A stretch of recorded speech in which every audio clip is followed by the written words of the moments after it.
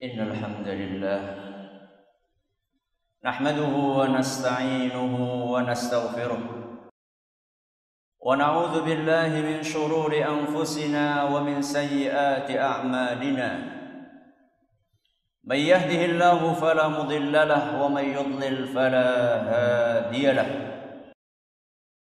وأشهد أن لا إله إلا الله وحده لا شريك له وأشهد أن محمدا عبده ورسوله يا أيها الذين آمنوا اتقوا الله حق تقاته ولا تموتن إلا وأنتم مسلمون يا أيها الناس اتقوا ربكم الذي خلقكم من نفس واحدة وخلق منها زوجها وبث منهما رجالا كثيرا ونساء واتقوا الله الذي تساءلون به والأرحام إن الله كان عليكم رقيبا يا أيها الذين آمنوا اتقوا الله وقولوا قولا سديدا يصلح لكم أعمالكم ويغفر لكم ذنوبكم ومن يطع الله ورسوله فقد فاز فوزا عظيما أما بعد فإن أصدق الحديث كتاب الله وخير الهدي هدي محمد صلى الله عليه وسلم وشر الأمور محدثاتها وكل بدعة ضلالة. Kaum muslimin yang kami hormati, bersyukurlah kepada Allah Jalla wa'ala karena pada hari ini kita dapat melangkahkan kaki ke rumah Allah ini dengan penuh ketenangan dan keamanan. Bersyukurlah pada Allah Subhanahu wa ta'ala karena saat ini kita duduk bersimpuh di sini, tidak ada gempuran misil dan roket yang dikhawatirkan meluluh lantakkan rumah Allah ini. Bersyukurlah pada Allah Azza wa Jalla karena saat ini kita khusyuk di dalam penghambaan kepada Allah, menunaikan salat, membaca Al-Quranul Karim dan menjalankan iktikaf tanpa berharap-harap cemas menanti berita tentang anak istri kita di rumah. Tewaskah mereka akibat tertimbun rumah kita yang hancur berkeping-keping oleh serangan rudal yang tak terduga? Bersyukurlah kepada Allah Tabaraka wa ta'ala karena saat ini kita meninggalkan, karena saat nanti kita meninggalkan masjid ini masih ada tempat bernaung yang aman, masih ada canda tawa buah hati kita, dan masih ada sambutan hangat istri kita yang tercinta. Subhanallah, betapa banyak nikmat Allah yang harus kita pertanggungjawabkan kelak di hari kiamat. Tsumma latus'alunna yawma idzin 'anil na'im. Sungguh pada hari kiamat kelak kalian akan ditanya tentang semua nikmat yang telah kalian terima di dunia.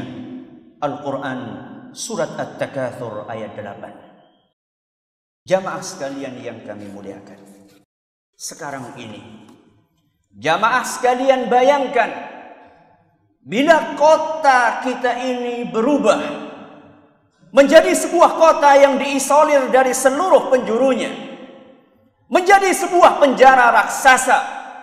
Lalu tiba-tiba terdengar suara pesawat-pesawat jet tempur berputar-putar di atas atap rumah tempat istri kita menyiapkan buka puasa. Di atap masjid kita menunaikan salat ini, di atap kantor tempat kita bekerja, atau di atap tempat anak-anak kita bersekolah dan bermain. Lalu tanpa terduga pesawat-pesawat itu melepaskan rudal-rudalnya tepat menghujam ke arah kita, ke arah anak-anak kita, dan tiba-tiba saja kita hanya mendengar berita anak-anak dan istri kita terluka atau bahkan telah tewas akibat gempuran rudal-rudal itu. Bayangkanlah jemaah sekalian, jika nanti saat pulang ke rumah kita hanya menemukan rumah tempat bernaung kita telah berubah menjadi onggokan puing-puing. Bayangkanlah bila di antara puing-puing itu ada ayah bunda kita, ada istri tercinta kita, Ada bayi mungil kita bersimbah darah. Tubuh mereka remuk, hancur dan tidak bernafas lagi. Bayangkanlah, jika malam nanti kita hidup dalam gelap gulita, tidak ada tempat bernaung, tidak ada makanan, tidak ada minuman, tidak ada pakaian hangat untuk mengusir hawa dingin, dan tidak ada lagi keluarga tempat berbagi duka. Lalu bayangkanlah, bila itu semua kita lalui dan pesawat-pesawat tempur jahat tak juga menghentikan gempurannya. Bahkan tidak hanya itu, mereka justru diperkuat dengan tank-tank dan pasukan darat untuk menghancurkan, membombardir dan membinasakan kita semua. Dan bayangkanlah bagaimana perasaan hati Anda jika dengan semua penderitaan tiada tara itu ternyata jarang orang peduli kepada kita. Dunia diam membisu, seolah-olah tidak terjadi apa-apa di kota ini. Kira-kira jemaah sekalian, seperti apakah perasaan hati Anda jika Anda mengalami semua penderitaan dan ketiadaban itu?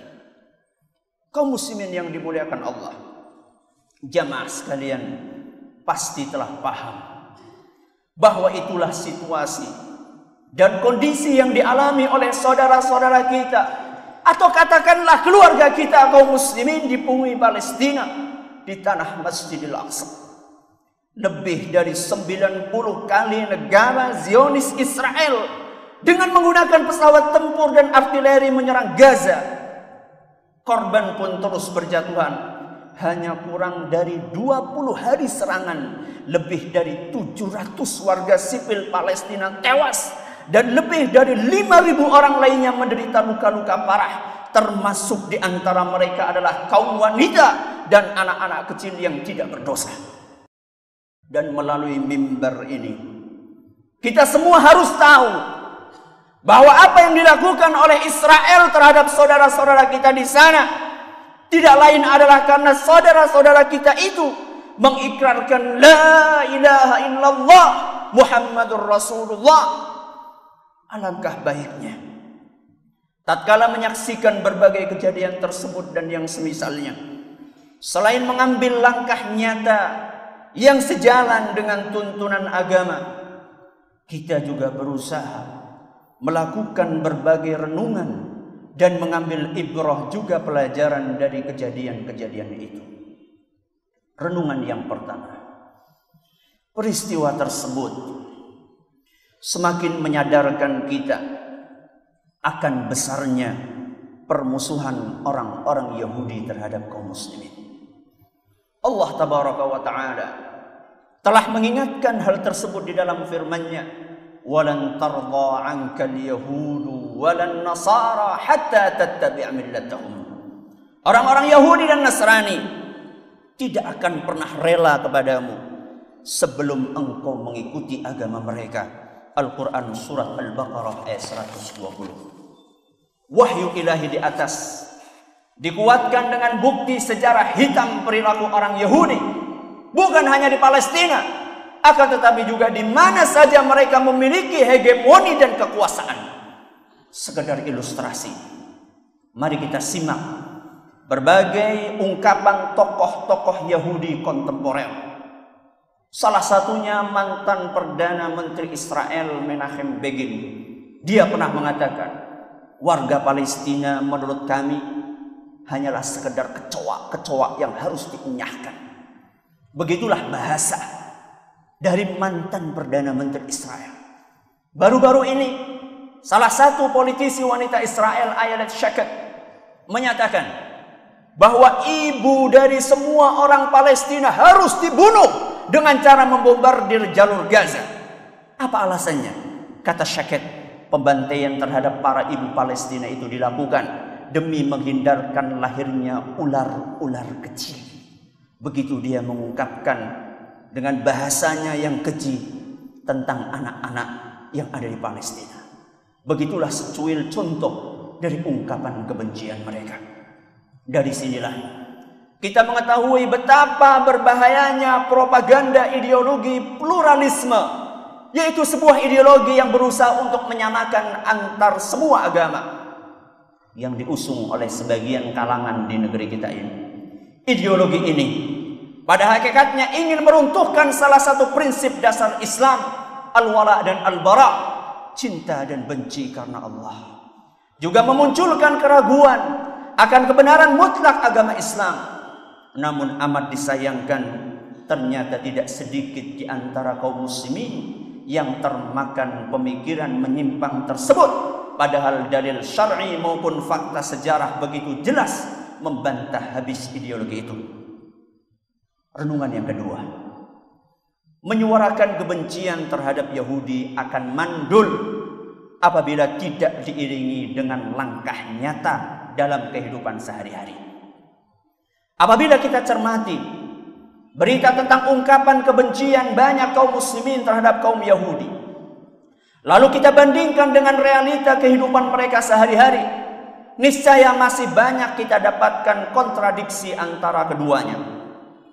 Masih banyak di antara mereka berteriak sekeras-kerasnya mengutuk perilaku orang Yahudi. Namun anehnya mereka masih mengidolakan tokoh-tokoh Yahudi. Ada di antara mereka yang berdemo di jalan mengecam tindak kejam Yahudi, namun ternyata dia masih mengidolakan bintang pemain bola Inggris David Beckham, seorang yang bangga dengan keyahudiannya. Ada yang membakar bendera Israel di lapangan, namun ternyata dia mengagumi Daniel Harry Potter Radcliffe, seorang Yahudi tulen. Ada yang beraksi melaknat kebrutalan kaum Yahudi, namun ternyata dia masih menggemari film-film karya raksasa produser perfilman Yahudi, Walt Disney dan MGM, serta masih akrab dengan tokoh-tokoh Donald Bebek, Mickey Mouse dan Tom and Jerry. Tentunya fenomena di atas amat memprihatinkan kita, sebab begitu kontradiksinya antara ucapan dan perbuatan mereka. Seharusnya yang menjadi idola kita semua adalah tokoh-tokoh Islam, mulai dari Nabi kita Muhammad sallallahu alaihi wasallam, para sahabatnya hingga para ulama salaf, dan kegemaran kita adalah membaca sejarah para tokoh besar Islam. Allah Subhanahu wa taala berfirman, "La tajidu qauman yu'minuna billahi wal yawmil akhir yuwaduna man hadallaha wa rasulahu walau kanu aba'ahum aw abna'ahum aw ikhwanahum aw ashiratahum." Kata Allah Subhanahu wa taala, engkau wahai Muhammad tidak akan mendapatkan suatu kaum yang beriman kepada Allah dan hari akhir, lalu dia berkasih sayang dengan orang-orang yang menentang Allah dan Rasulnya, sekalipun orang-orang itu adalah bapaknya, anaknya, saudaranya, atau keluarganya sendiri. Al-Quran Surat Al-Mujadalah ayat 22. Renungan yang ketiga, musibah yang menimpa kita sejatinya merupakan hasil dari perbuatan tangan kita sendiri. Banyak dalil syar'i yang menegaskan hal itu. Antara lain adalah firman Allah Tabaraka wa Ta'ala, "Ma asabaka min hasanatin famin Allah, wa ma asabaka min sayyi'atin famin nafsik." Kebajikan apapun yang kalian peroleh adalah dari sisi Allah, dan keburukan apapun yang menimpa kalian itu adalah dari kesalahan diri kalian sendiri. Al-Quran Surat An-Nisa ayat 79. Maka tatkala musibah datang silih berganti dan tidak henti-hentinya menimpa kaum muslimin, sikap yang tepat adalah berintrospeksi dan mawas diri. Dosa apa? Dosa apa gerangan yang telah kita perbuat? Kewajiban apa yang telah kita lalaikan? Lalu kita berusaha untuk memperbaiki kekurangan-kekurangan tersebut, sehingga lambat laun kondisi kita semakin membaik dan hari esok menjadi lebih cerah dibandingkan hari ini. Renungan yang keempat, solusi yang terbaik. Solusi yang terbaik untuk mengakhiri berbagai musibah tersebut adalah dengan kembali kepada agama Allah Subhanahu wa Ta'ala. Sungguh fenomena keterpurukan umat Islam dan dijadikannya mereka sebagai bulan-bulanan para musuh sebenarnya telah dikabarkan oleh Rasulullah sallallahu alaihi wasallam sejak 14 abad yang lalu. Beliau pernah bersabda, "Yushikul umam an tada'a 'alaikum kama tada'al akalatu ila qas'atiha. Kata Nabi sallallahu alaihi wasallam, akan datang suatu masa di mana musuh-musuh akan bersatu padu dan berlomba-lomba untuk memerangi kalian kaum muslimin, sebagaimana berebutnya orang-orang yang sedang menyantap makanan di atas nampan. Faqala qailun, salah seorang sahabat bertanya, wa min qillatin nahnu yawma idz, wahai Rasul, apakah kami menjadi bulan-bulanan karena jumlah kami saat itu yang sedikit? Maka Nabi sallallahu alaihi wasallam menjawab, bal antum yauma idzin katsir walakinnakum ghutha'un ka ghutha'is sail. Tidak, justru jumlah kalian wahai kaum muslimin saat itu banyak, akan tetapi kalian banyaknya seperti banyaknya buih di lautan. Hadis riwayat Abu Dawud dan dinyatakan sahih oleh Syekh Al-Albani. Namun Nabi kita Muhammad sallallahu alaihi wasallam tidak lupa untuk memberikan solusi guna mengakhiri keterpurukan tersebut. Beliau bersabda, sallallahu alaikum dhulla la yanzi'uhu hatta tarji'u ila dinikum.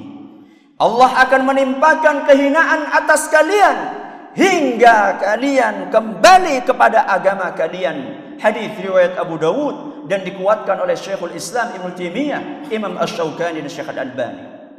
Solusinya adalah kembali kepada ajaran Islam yang benar. Kembali kepada ajaran Islam yang pertama kali adalah dengan menegakkan tauhid yang murni dan lurus serta membersihkan segala bentuk kesyirikan. Dengan itulah insya Allah kejayaan umat Islam akan kembali kita capai. Sebagaimana ditegaskan Allah Azza wa Jalla di dalam firman-Nya surat An-Nur ayat 55, wa'adallahu alladhina amanu minkum wa 'amilus salihati la yastakhlifannahum fil ard kama istakhlafa alladhina min qablihim wa la yumakkinanna lahum dinahum alladhi irtada lahum wa la yubaddilannahum min ba'di khawfihim amna ya'budunani la yusyrikuna bi syai'a. Kata Allah Subhanahu wa taala dalam Al-Qur'an, Allah telah berjanji kepada orang-orang yang beriman di antara kalian dan mengamalkan amal saleh bahwa Dia sungguh-sungguh akan menjadikan mereka berkuasa di muka bumi sebagaimana Dia telah menjadikan orang-orang sebelum mereka berkuasa, dan sungguh Dia akan meneguhkan bagi mereka agama yang telah diridhoinya, dan Dia benar-benar akan menukar keadaan mereka sesudah berada dalam ketakutan menjadi aman sentosa. Syaratnya mereka tetap beribadah kepadaku dan tidak mempersekutukan suatu apapun denganku. Al-Quran surat An-Nur ayat 55. Ayat tersebut di atas sangat jelas dalam menerangkan jalan apakah yang seharusnya dititi oleh kaum muslimin agar bisa mencapai kejayaannya. Seluruh janji Allah di atas, mulai dari kekuasaan di muka bumi, kekokohan dan kejayaan agama, sampai ketentraman negara, tidak akan dapat dicapai kecuali seandainya mereka memenuhi syarat yang tersebut di akhir ayat tersebut di atas, yaitu dengan menegakkan tauhid, yaitu hanya mempersembahkan ibadah kepada Allah Subhanahu wa taala dan meninggalkan perbuatan syirik. Bagaimana mungkin agama ini akan jaya jika masih banyak orang yang kemerdekaan berfikirnya telah terbunuh sehingga diperbudak oleh barang-barang tak berakal seperti batu, pepohonan, kuburan dan yang lain sebagainya. Bagaimana mungkin ketentraman negeri kita akan diraih jika masih banyak insan yang seluruh keberuntungan hidup dan kesialannya tergantung pada benda-benda mati seperti jimat dan yang semisalnya? Bagaimana mungkin kaum muslimin akan menggapai kemuliaannya apabila masjid-masjid mereka hanya unggul kemegahan fisiknya namun kosong melompong jamaahnya?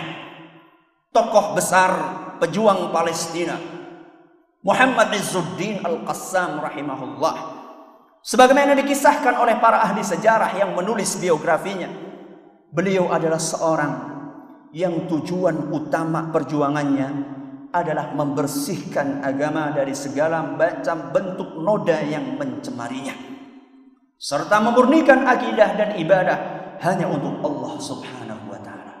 Sebab hal itulah yang merupakan sumber kekuatan. Tanpa itu semua kaum muslimin tidak akan pernah mendapatkan kekuatan di dalam menghadapi musuh-musuhnya. Akankah kita mengambil pelajaran? Akankah kita mengambil pelajaran dari teladan yang digoreskan oleh sang pejuang tersebut? Aqulu qouli hadza wa astaghfirullah li wa lakum wa li jami'il muslimin wal muslimat fastaghfiruhu innahu huwal ghafurur rahim. Alhamdulillah hamdan katsiran tayyiban mubarakan fihi kama yuhibbu rabbuna wa yarda.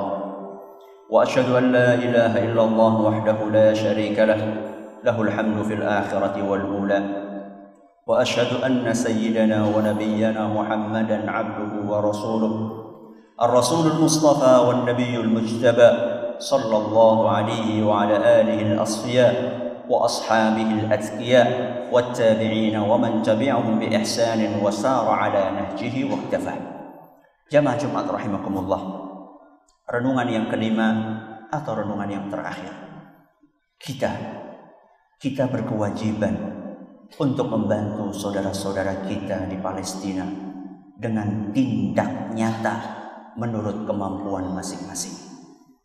Tidak diragukan lagi bahwa penduduk negeri Palestina betul-betul mengalami cobaan yang sangat berat. Kita selaku saudara sesama muslim memiliki kewajiban untuk bersolidaritas turut membantu mereka. Allah Subhanahu wa Ta'ala berfirman, "Wa in istansarukum fid dini fa'alaykumun nasr." Apabila mereka meminta pertolongan kepadamu dalam urusan pembelaan agama, maka wajib bagi kalian untuk memberikan pertolongan. Al-Quran surat Al-Anfal ayat 72. Masing-masing dari kita membantu sesuai dengan kemampuan dan kapasitasnya. Para penguasa dan diplomat berusaha memberikan pressure dan tekanan kepada Israel. Wabil khusus pemerintah kita bisa lebih lantang menyerukan pembelaan kepada Palestina di forum-forum internasional, terutama pada organisasi kerjasama Islam atau OKI, di mana Indonesia memiliki kedudukan penting sebagai negeri muslim terbesar di dunia. Pemerintah kita juga perlu serius dan secepatnya merealisasikan rencananya untuk membuka kedutaan besar di Palestina.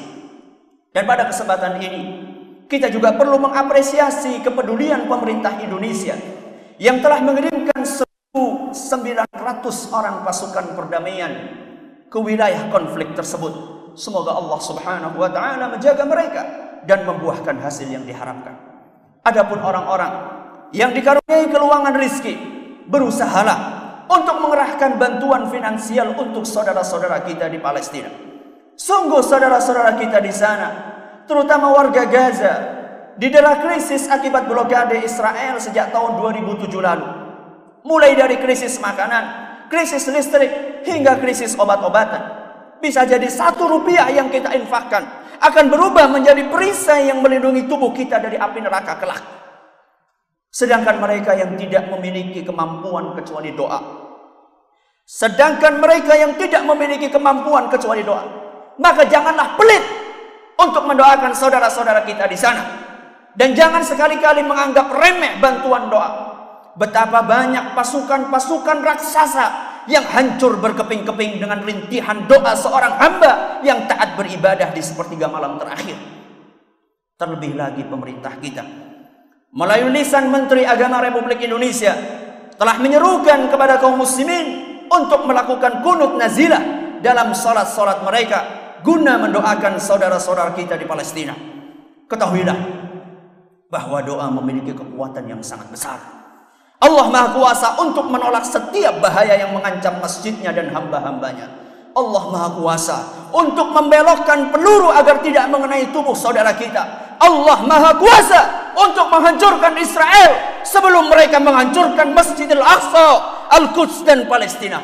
ألا وصلوا وسلموا رحمكم الله على الهادي البشير والسراج المنير كما أمركم بذلك اللطيف الخبير فقال في محكم التنزيل إن الله وملائكته يصلون على النبي يا أيها الذين آمنوا صلوا عليه وسلموا تسليما اللهم صل على محمد وعلى آل محمد كما صليت على إبراهيم وعلى آل إبراهيم إنك حميد مجيد اللهم بارك على محمد وعلى آل محمد كما باركت على إبراهيم وعلى آل إبراهيم إنك حميد مجيد ربنا ظلمنا أنفسنا وإن لم تغفر لنا وترحمنا لنكونن من الخاسرين ربنا اغفر لنا ولإخواننا الذين سبقونا بالإيمان ولا تجعل في قلوبنا غلا للذين آمنوا ربنا إنك رؤوف رحيم اللهم انصر المسلمين في فلسطين اللهم انصر إخواننا المستضعفين في كل مكان Ya Allah, tolonglah kaum muslimin di Palestina. Ya Allah, bantulah seluruh saudara-saudara kami yang tertindas di segala penjuru dunia.